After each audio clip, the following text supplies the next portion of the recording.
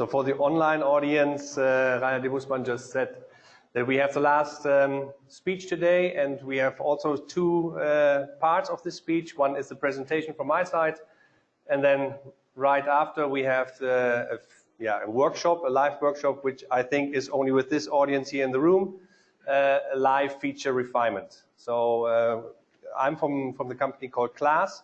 We currently work together with Symbio and Plötz and Zeller, and this feature refinement is linked to the variances or the variance management of processes. So that's why we decided to have this set up today. Yeah, so I'm in the situation that I'm between you and the barbecue, so I try to speed up. I think I take 15-20 minutes for my presentation, and then we do the refinement right after. Okay, small introduction to my person. My name is Tobias Effey. I'm with Class for 2.5 years now. I joined Class directly as head of business process management.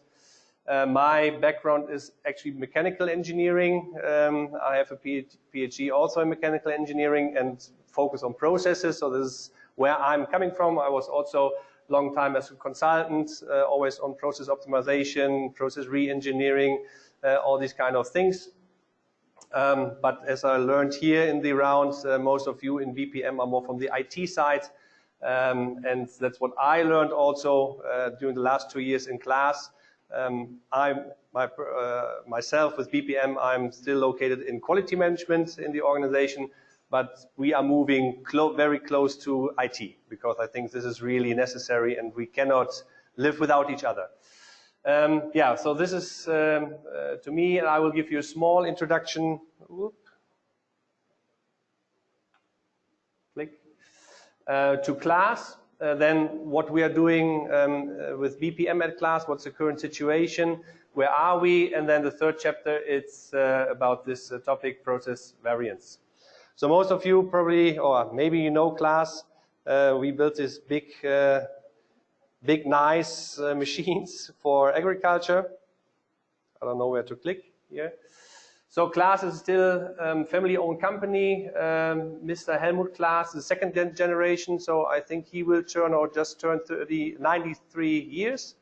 And his daughter Katrina Claas Mühlhäuser is then, of course, third generation, and we are just in the change of handing over the power to her. So this is a small moving or slow moving process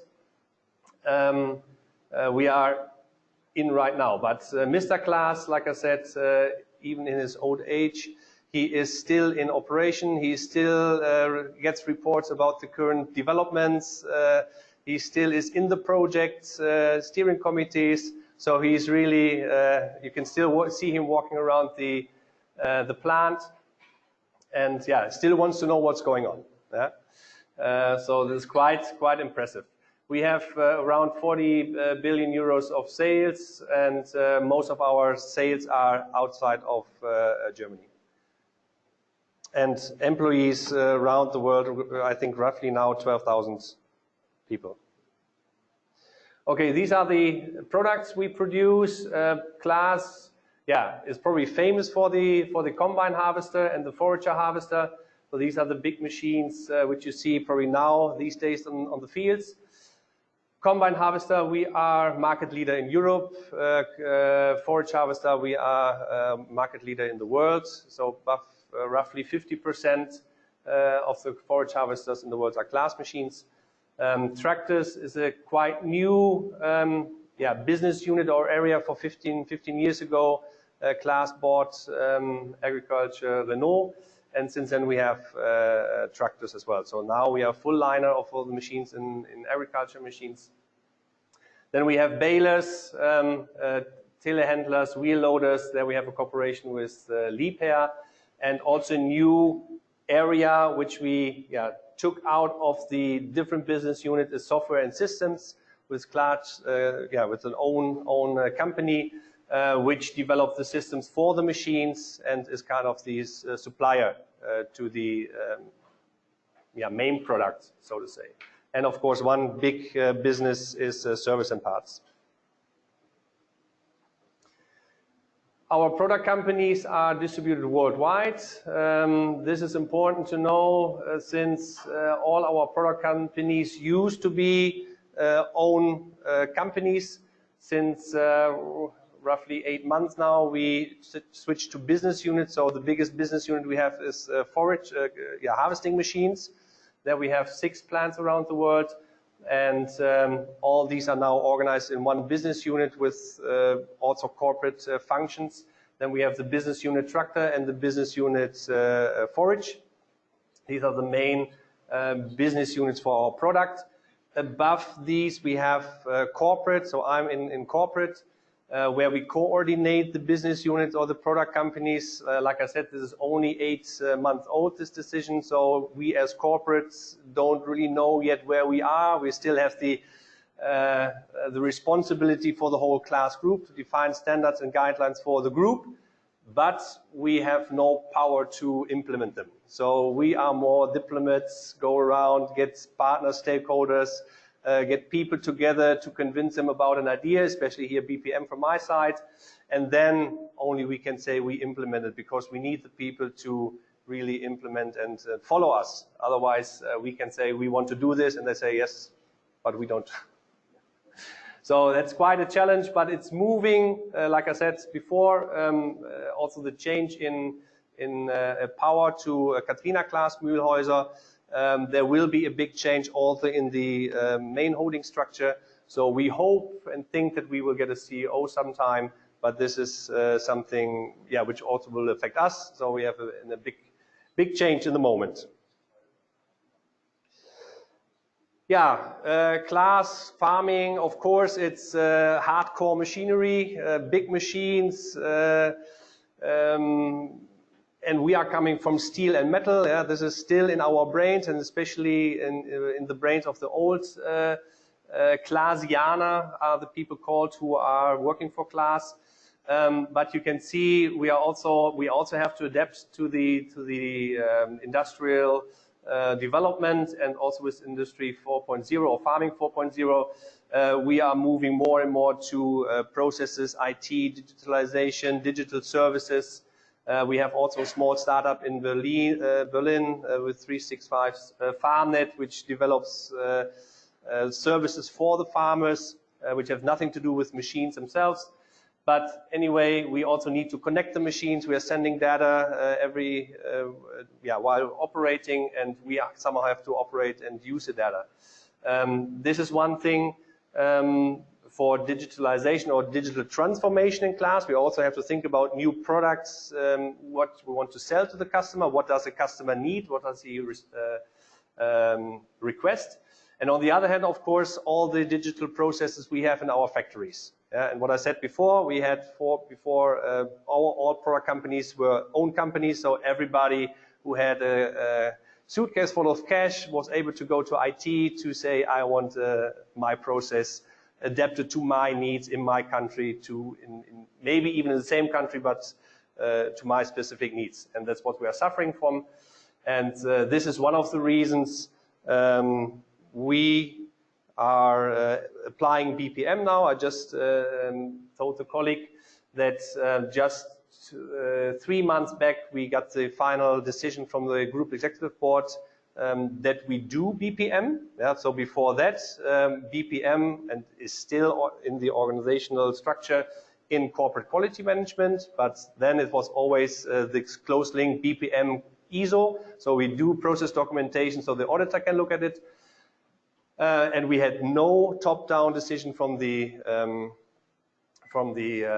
management board, but like I said, 3 months back, we had the decision, yes, we do BPM, we want to do it, we need to standardize, we need this for digital transformation, we need this to be more efficient. This, of course, goes together with the decision to have the business units. So, like I said, it's a lot of change, and we are in the middle. And for us, of course, it's good, because we always, now we have, can rely or use these decisions as proof for our prayers we are saying for the last years. To implement BPM at Class, we defined this picture on this process life cycle. So we say we need to first understand our process and analyze it. This you can do, of course, with workshops or with process minding tools, Celonis or other tools we have now. It's red, as you can see, so this has been cancelled. The process mining activities. But anyway, this is where we want to go. We still see the need that we need to analyze our processes. We need to understand them before we start to optimize them. And then we say here optimization, there we use lean tools and methods to optimize and optimize towards a standard. Because the idea is, and we should aim for that, to only model and document standardized processes before we then start to digitalize them. That's the idea. This is the message we get from the CTO, and this is what we want to do. This is also, and this is nice, also requested from IT, especially from the young guys. We need to use Symbio as the guiding tool for our process documentation, to have one specific and defined place where we describe the process requirements, who is responsible, what do we need, what needs to be done when, before we get this information and put it into SAP or other IT systems. And this link really is the key, that we always at all times have the information how the process should work next to the digital process. So then we implement it, of course, train it, and once we implement it with KPIs, we are able to monitor the process, and then we close the loop once we are able to monitor the process. The process owner, this is also very important, the process owner has a responsibility for this circle, needs to optimize his process, so if he sees some indicators, he can again analyze, optimize, and so on. And again, important, optimization only through Symbio, through the adaptation of the change of the process description before it goes back to IT. So on a very, very high level. Why we do this? Of course, we want to fulfill our company strategy. We want to fulfill the objectives and company success. So this is quite straightforward. What we did last year, we sat down and defined the process structure, so our process landscape, and really had the focus on the customer, which is the farmer in our case, and came up with this picture. So I don't want to go through the details, but just to give you an idea that we didn't have this before, so we only had as a process landscape, we had our organizational structure. So when we started to describe processes, when I came to class, the feedback afterwards was, this was quite easy for me in my area, but there are some people who want to put their processes to me, but I'm not their line manager. This doesn't make any sense. We should think more in processes. Yeah, good idea. So let's sit together and develop a process landscape. So this is the result. Like I said before, the good thing is that we did this together with this main stakeholders. So it was a level below the group executive board, and they came up with the ideas. We were only the moderators. We supported them, and in the end, they assigned, so to say, for this picture. Then we had another trick. We left this picture underneath the surface for probably 7 months, and before we went to the group executive board for official approval. And the benefit of this was, when we went to the group executive board for approval, they thought, but you didn't change anything. I said, yes, this is a new picture, this is your old picture. I've seen this so often, I thought this is your old picture already. So even without approval, so what we said here, better done than the statement from the wall from group 3, I think fits to that as well. So we give this into the organization, people use it already, we created a pull effect because this makes sense, we can explain class business model very well with this picture, so they used it, and now it's really accepted without any work from our side. This was took long, but I think this is due to the organization and the mentality in class. I think you have to adapt to that as well. So this was a lesson learned from our side. I show this slide because this will help you with the later slides, how we structure and design the end-to-end processes. we had to focus on the end-to-end, and we say we need enabling processes to design the end-to-end. This is the Lego concept from Symbio. That's why we like the Symbio also so much. Is here all the resource, all the processes we need to design the end-to-end are documented in this area, and I come back to that. So the challenge, of course, is to take this process landscape and implement it for the class group, so to all the business units. And what we have right now, of course, we don't have standards. Everybody is doing what they want. What we have is we have the level 0 and 1. This is kind of now the standard we have, which just provides a guideline for the group. But in the end, we have this BPM cube. We have, you can see on the x-axis, we have the value chain, the end-to-end business process. And on the Y, we are starting to detail the process. And this is, for now, the task for the business units. We try to keep it from corporate side as close to the standard as possible, but we know this is in the current setup not really realistic. But this is the idea, to describe the processes in detail all the way down to the lowest level, which is documents, data, systems, SAP, transaction, whatsoever. And then, of course, the fun part begins when we have to start to harmonize and standardize. Yeah, and this is then when it gets complex. So this is our challenge we are facing. Just for our understanding that BPM is the basis for efficiency increase in digitalization, and I put the quote there, we are doing it anyway. This is always my answer to the people who are saying, what is the effort for BPM? What do I have to do? In addition, I always say we are doing it anyway. All these big bars are things we are doing currently. So S4HANA project, lean activities, continuous improvement in the production, setup of business units, and all that kind of things. And we say with BPM, this is a framework which helps you to do this in a structured way, because we define processes, we tell you who is responsible for what, so really there's no much effort. Actually, in the end, it will help you to be more efficient. Okay, this was very rough where we are with BPM at class. So we are in the beginning, we are in a very dynamic environment in our organization, so it's quite a big challenge for us to cope with that, but in the end, it's really beneficial for us. So now the topic of the speech, how to handle process variances. And we actually use this Lego quote also in our organization to explain how we want to model and document processes, because I think it fits quite well. Because in the end, and this is the current situation, who's doing the process itself, the single process steps are in the function, are in the departments. Yeah, so they are doing the process, they are executing the processes, and when they're done, they give it to the next department. So their task is to structure their processes with main processes. And then, maybe you have a second layer of main process, just the structure. And on the lower level, or the lowest level, you have the sub-process, where you really have a big start, activities, and an end and a result. So from my point of view, there are three types.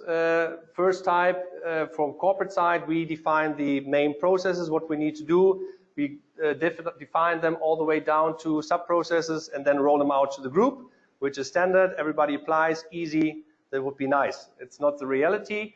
Currently, we have maybe this structure given by corporate, and then you can see directly the different business units take the framework and start to define their own processes, and then it's really getting big on the sub-process level, because everybody has their own sub-process. And we want to go, now the task is from our side, to say we give the framework from corporate, define all the way down also to the sub-process level, and on